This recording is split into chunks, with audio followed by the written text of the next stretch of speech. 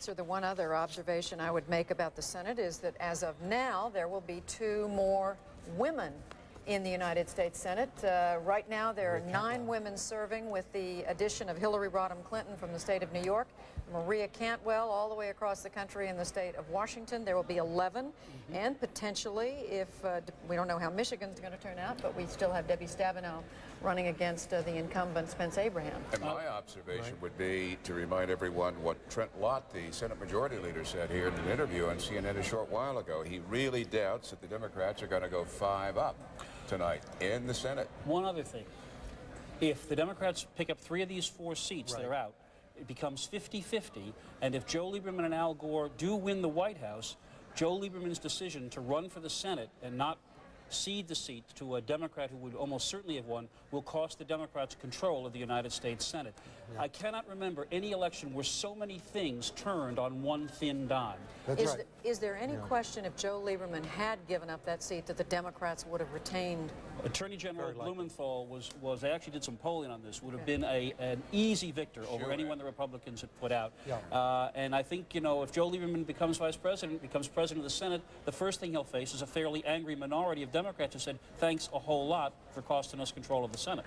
And what Stu just said, if the Congress does remain in Republican hands, the House is in Republican hands, the Senate odds are slightly in that favor, then that's really a vote for the status quo. Democrats thought they had a chance to break through. He said there was no sea change in that. It'll be interesting, however, if you have a Republican president, if George Bush wins, and a Republican Congress, this would be the first time the Republicans control everything since 1954. And I think a lot of Republicans would be overcome with excitement, irrational exuberance, and they might overinterpret their mandate if that's the outcome tonight. Would it be so irrational?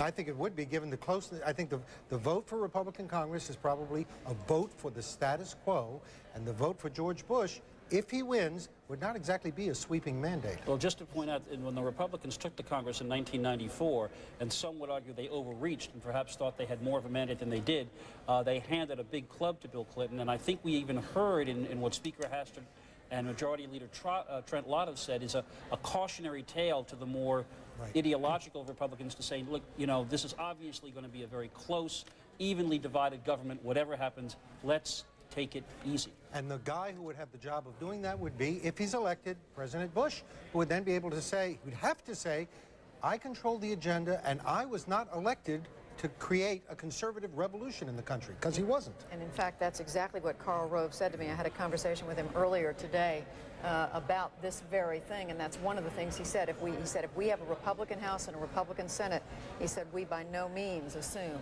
that, you know, we can get what we want. We're going to have to work with both And quickly, parties. if Al Gore wins and the Republican Congress is reelected, that really does look like a vote for the status quo in very good times. All right. And you have to consider the influence of Christian conservatives tonight in this vote. All right, we are... And what they did. Yeah, well, they mobilized a lot of voters for Governor Bush in some key states, like maybe Iowa. We've been able to call the House of Representatives, will be remaining in Republican hands. We're still waiting on the Senate, and we are waiting for the White House. We don't know yet. It's 246 to 242. Much more when we come back.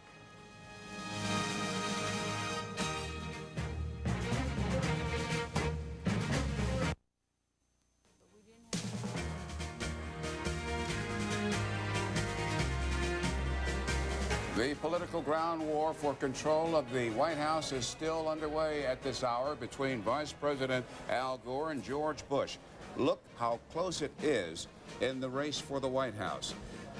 The Texas governor with 246 electoral votes. The vice president, 242. These are the states still out. We cannot call these states. Florida has 25 electoral votes, Iowa 7, Oregon 7, and Wisconsin 11. Now, notice there that Bush needs 24 electoral votes. If Florida were to go in the Bush column, that would put him over the top. Gore needs 28. If Florida were to go to the Gore column, he would still need 3 more electoral votes from one of those remaining states.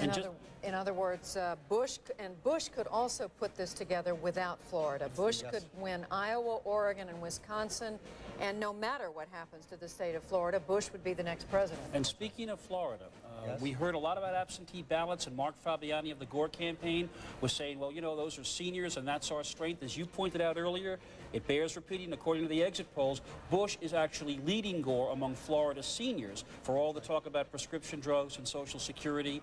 And where Gore is running big in Florida is among 18 to 29-year-olds, where our exit poll says he is running 56 to 38 ahead.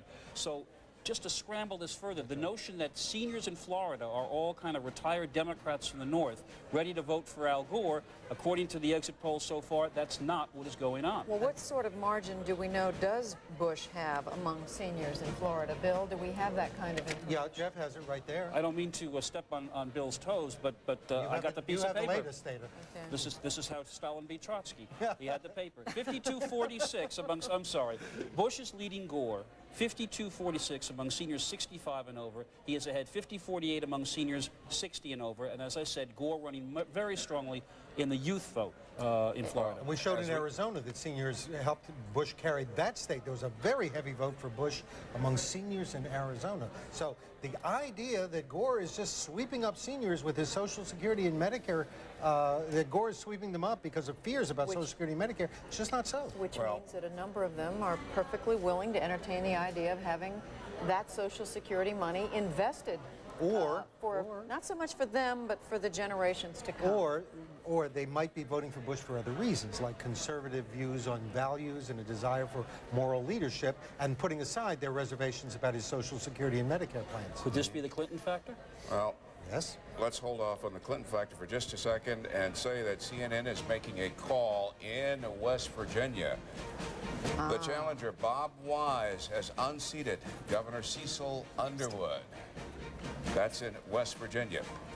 Jeff, the Clinton factor you were saying? Well, I'm asking Bill, if seniors are not voting on prescription drugs and Social Security as much as the Gore campaign would have liked, could it be that for seniors, the personal misbehavior of President Clinton is more of a factor than in, say, other age groups? Well, that's exactly what we found in 1998. Remember, when Republicans held on to Congress, most of the reason why they held on to Congress was because of older women, senior women, who appear to have been dismayed by Clinton's behavior in the Monica Lewinsky affair, the fact that they disapproved of his values, and that drew a lot of them to vote Republican for Congress and save the Republican Congress. In this case, they may be voting for George Bush, that's senior women, for the same reason.